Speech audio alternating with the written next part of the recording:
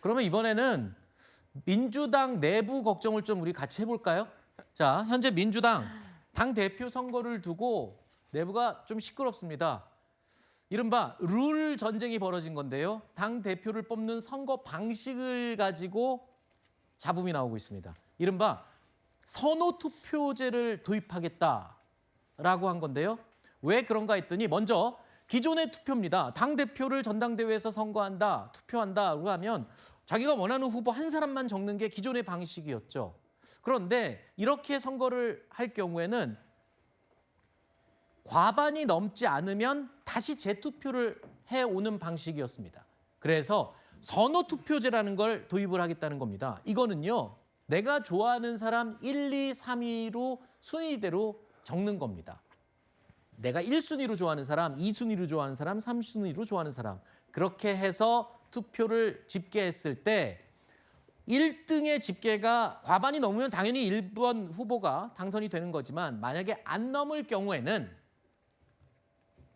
3등한 후보를 제외하면서 3등 후보를 찍고 2순위 후보를 찍은 후보의 표를 나눠 가지는 겁니다. 이렇게 하면 자연히 50%가 넘겠죠. 이게요, 쉽게 말해서 결선 투표 다시 하고 번거롭게 하지 않고 그냥 한 번 투표로 딱 끝내자.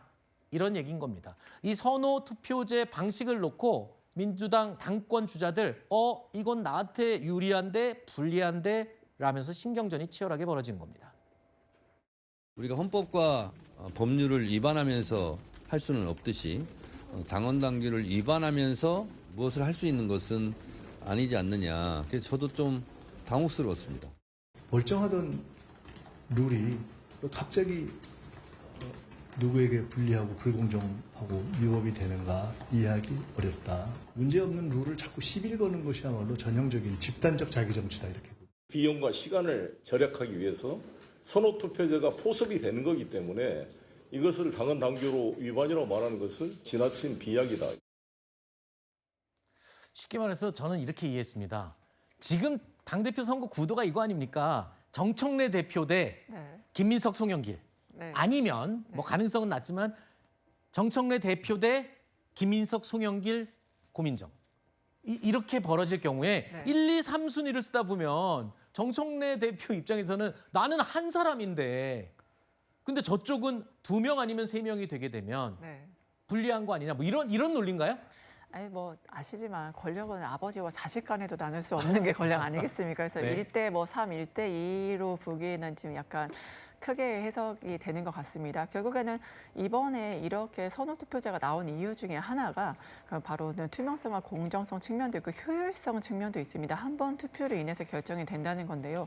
지금 특히나 당 내에서 네거티브 정치로 인해서 말이 좀 있잖아요. 근데 만약에 이 선호투표제를 하면 장점이 뭐냐면 그런 이제 투표의 효율성도 있지만 좀 더 그러니까 자신의 지지층뿐만이 아니라 좀 더 넓은 당원들을 보고 왜냐하면 2, 3위까지 써야 되기 때문에 자신의 지지층뿐만이 아니라 좀 더 네거티브가 아닌 통합의 측면에서 넓게 어떠한 당의 방향을 제시하는 후보가 될 수밖에 없다는 겁니다. 이제 타의적이든 자의적이든 그렇기 때문에 자신의 집권, 지지층뿐만 아니라 어떻게 내가 당을 좀 더 효율적으로 그리고 이재명 정부의 성공을 뒷받침해서 지금 야당의 기능은 간단하지 않습니까? 견제와 감시와 균형 그리고 거기에서 비판을 하되 이제 대안을 제시하는 거고요.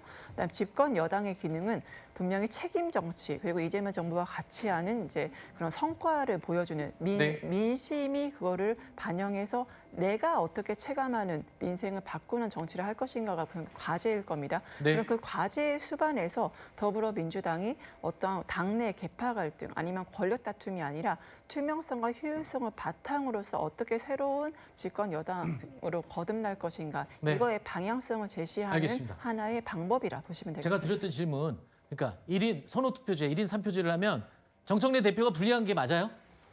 꼭 불리하다고 저는 보지 않습니다. 네. 알겠습니다.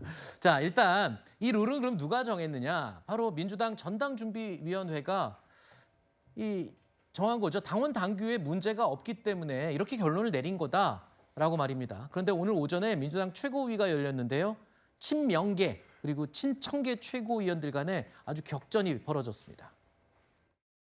이재명 당시 대표께서 고심 끝에 도입한 이 제도를 이제 와서 특정 후보에게 불리하다는 이유로 흔들고 있습니다. 사당화의 시작으로 결코 용납할 수 없습니다. 조문에 근거가 있고 그리고 절차가 진행 중이고 선례가 있고 본인이 그 의견에 참여했음에도 위반이라고 말이 계속 반복하는 이유가 뭡니까? 당원 주권 정당 민주당 당원들은 묻습니다. 과연 민주당의 당원은 안녕한가? 선호 투표제를 도입하려면 이재명 대통령이 하셨던 것처럼 당원 당규를 개정한 후라야 가능한 일입니다. 전당대회 후보 등록 일정을 일주일 남겼습니다. 룰을 개정하는 것은 또 다른 논란을 부르는 일입니다.